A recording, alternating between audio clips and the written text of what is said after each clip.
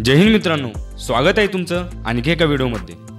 मित्रांनो, आम्ही नुकताच 4 घरगुती व्यवसाय हा व्हिडिओ अपलोड केला आणि तुम्ही त्या व्हिडिओला भरभरून प्रतिसाद दिलात। त्यामुळे आमच्या डोक्यात असलेली अजून एक कल्पना आज आम्ही तुमच्यासोबत शेअर करणार आहोत। त्यामुळे हा व्हिडिओ शेवटपर्यंत नक्कीच बघा। आज आपण 3 अशा उत्पादनांबद्दल बोलणार आहोत ज्यांना मागणी तर खूप आहे, पण शेतीत याचे उत्पन्न फार कमी प्रमाणात घेतले जाते।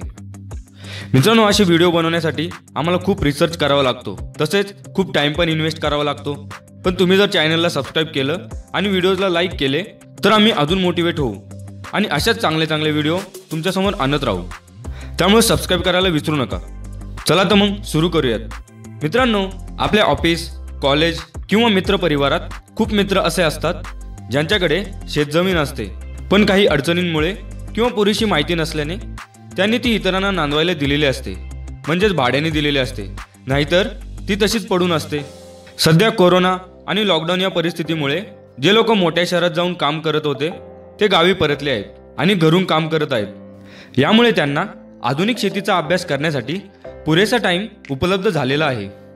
अशा वेळी आपण नेटवर जाऊन भारतातून एक्सपोर्ट होणारे व्हेजिटेबल्स किंवा फ्रूट्स आणि इतर बऱ्याच काही गोष्टींबद्दल माहिती गोळा करू शकतो।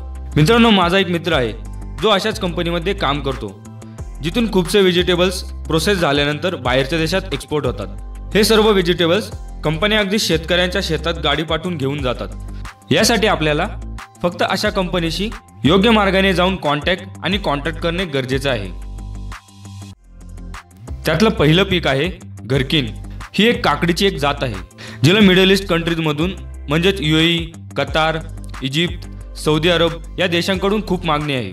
मित्रांनो, हे देश खूप उष्ण वातावरण असलेले आहेत, त्यामुळे तेथे आपल्या शरीरातील पाण्याचे तसेच इतर तत्वे जसे की सॉल्ट, शुगर यांचे प्रमाण योग्य तितके ठेवणे अतिशय गरजेचे असते। या सर्व गोष्टीसाठी घरकीन हे खूप लाभदायी आहे। त्यामुळे मिडल ईस्ट कंट्रीजमध्ये लोक घरकीनचे मोठ्या प्रमाणात सेवन करतात, जे भारतासारख्या देशातून इम्पोर्ट होत असते। मित्रांनो, दुसरे पीक आहे ॲलोपिनोज। ॲलोपिनो ही मिरचीची एक विशिष्ट जात आहे। या मिरचीचा वापर फास्ट फूड जसे की पिझ्झा, सँडविच, बर्गर अशा पदार्थांमध्ये खूप प्रमाणात होतो। या मिरचीला भारताबरोबरच इतर देशातून सुद्धा खूप चांगली मागणी असते आणि खूपदा ही मागणी पूर्ण होऊ शकत नाही, कारण हे पीक खूप कमी लोक घेतात। या मिरचीत व्हिटॅमिन A आणि व्हिटॅमिन C असते आणि काही प्रमाणात व्हिटॅमिन K आणि व्हिटॅमिन B। परदेशात या मिरचीचे पिकल म्हणजेच लोणचे देखील खाल्ले जाते। आपल्या देशात सुद्धा आपण जर पिझ्झा खायला गेलो तर त्यावर या मिरचीचा उपयोग भरपूर प्रमाणात केलेला आढळून येतो। मित्रांनो, तिसरे आणि शेवटचे पीक आहे ड्रमस्टिक्स। ड्रमस्टिक म्हणजेच शेवगा। हा आपल्या सर्वांना अतिशय जवळून माहिती असलेला भाजीचा एक प्रकार आहे। आपल्याकडे याची पातळ भाजी करून खाल्ली जाते। शेवगा हा हेल्थसाठी अतिशय चांगला असतो। यात भरपूर प्रमाणात व्हिटॅमिन C असते आणि काही प्रमाणात कॅल्शियम तसेच आयर्न सुद्धा आढळून येतो। शेवगा हा परदेशात सूप बनवण्यासाठी तसेच काही ठिकाणी कुठलीही करी प्रिपेअर करण्यासाठी बेसिक एलिमेंट म्हणून वापरला जातो। शेवग्याच्या बिया आणि फुले यांना सुद्धा काही प्रमाणात बाजारात मागणी असते। मित्रांनो, हे होते 3 असे पिकांचे प्रकार जे तुम्ही आवर्जून घेऊ शकता आणि हो, हे खूप प्रॉफिटेबल पण आहेत। तुम्ही नेटवर जाऊन याबद्दल खोलवर अभ्यास करू शकता आणि एक्सपोर्ट करणाऱ्या कंपनीजला कॉन्टॅक्ट करून याबद्दल अधिक मार्गदर्शन मिळू शकता। मित्रांनो, जर तुम्हाला आमचा आधीचा व्हिडिओ पाहायचा असेल तर शेवटी येणाऱ्या व्हिडिओवर क्लिक करू शकता।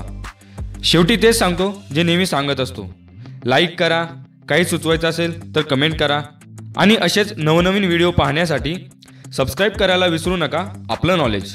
जय हिंद।